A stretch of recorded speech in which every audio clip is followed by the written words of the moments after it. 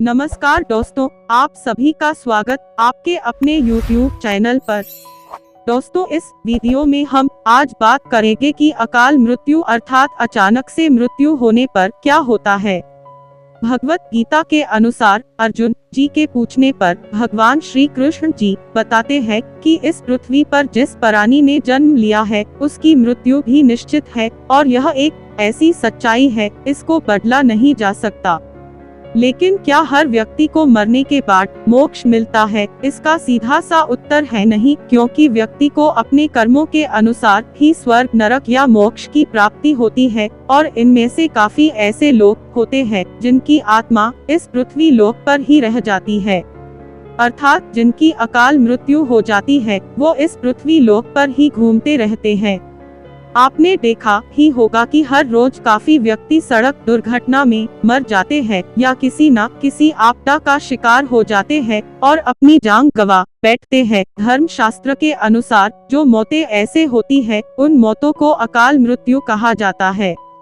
जब किसी व्यक्ति की मृत्यु समय से पहले हो जाती है तो उस मृत्यु को अकाल मृत्यु कहा जाता है। उस स्थिति में व्यक्ति का शरीर तो नष्ट हो जाता है लेकिन उसकी आत्मा इसी लोक में भटकती रहती है। अब सवाल यह उठता है कि ऐसा क्यों होता है और अकाल मृत्यु के बाद आत्मा का क्या होता है। गरुड़ पुराण के अनुसार यदि कोई व्यक्ति भूख से तड़प कर मर जाता है या किसी जानवर के द्वारा उसे मार दिया जाता है या फिर पानी में डूबने से या किसी प्रकार का जहरीला पदार्थ खाने से मनुष्य की मृत्यु हो जाती है तो ऐसे मनुष्य को अकाल मृत्यु की श्रेणी में रखा जाता है। दोस्तों, अकाल मृत्यु के काफी कारण हो सकते हैं, जैसे किसी रोग के कारण भी अकाल मृत्यु हो सकती है या किसी दुर्घटना के कारण भी अकाल मृत्यु हो सकती है।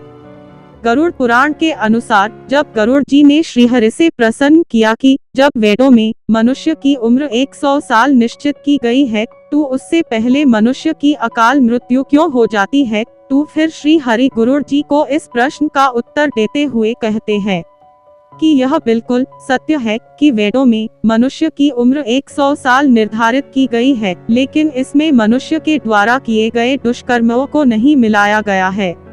श्री हरि जी कहते हैं, जो व्यक्ति अपनी इच्छा से धर्म कार्य को त्याग देता है तब पृथ्वी पर उसके जीवन की अवधि कम होती जाती है। कहने का अभिप्राय यह है कि हर व्यक्ति का कर्म ही उसका धर्म होता है। मनुष्य की मृत्यु तब होती है जब व्यक्ति के पास अपने इन कर्म और धर्मों को करने की इच्छा नहीं होती। मनुष्य की उम्र चाहे 100 साल निर्धारित की गई हो, लेकिन अपने जीवन में किए गए कर्मों के अनुसार वह अपने जीवन की अवधि को स्वयं ही नष्ट करता जाता है। उसे यह ज्ञान ही नहीं हो पाता कि वह अपने जीवन में कितने गलत कार्य कर रहा है और अपने जीवन की अवधि को नष्ट करता रहता है।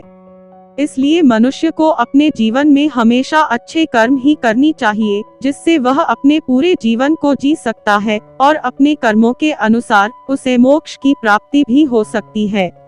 लेकिन जो व्यक्ति बुरे कर्म करता है उनकी मृत्यु समय से पहले होती है, जिससे अकाल मृत्यु कहा जाता है। अकाल मृत्यु के बाद आत्मा का क्या होता है? गरुड़ पुराण के अनुसार मनुष्य के जीवन के 7 चक्र निश्चित है।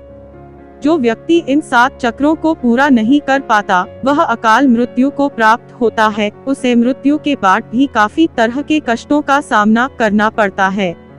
अचानक से मृत्यु होने पर मनुष्य की इच्छा व कामना बनी रहती है जो कभी पूरी नहीं हो पाती। ऐसे में शरीर तो नष्ट हो जाता है लेकिन आत्मा का मोह नहीं छूटता।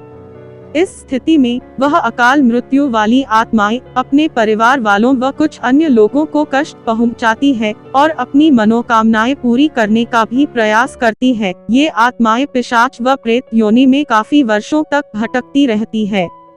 गरुड़ पुराण के अनुसार जो व्यक्ति प्राकृतिक रूप से मरते हैं उन व्यक्तियों को 13 या 45 दिन में दूसरा शरीर प्राप्त हो जाता है और वह आत्मा अपने अगले जन्म के लिए यमलोक पहुंच जाती है। जबकि अकाल मृत्यु में व्यक्ति भूत, प्रेत, ब्रह्म, राक्षस, बेताल और छत्रपाल योनियों में भटकता रहता है और उनकी आत्मा पृथ्वी लोक में भटकती रहती है और उनकी आत्मा को शांति नहीं मिलती।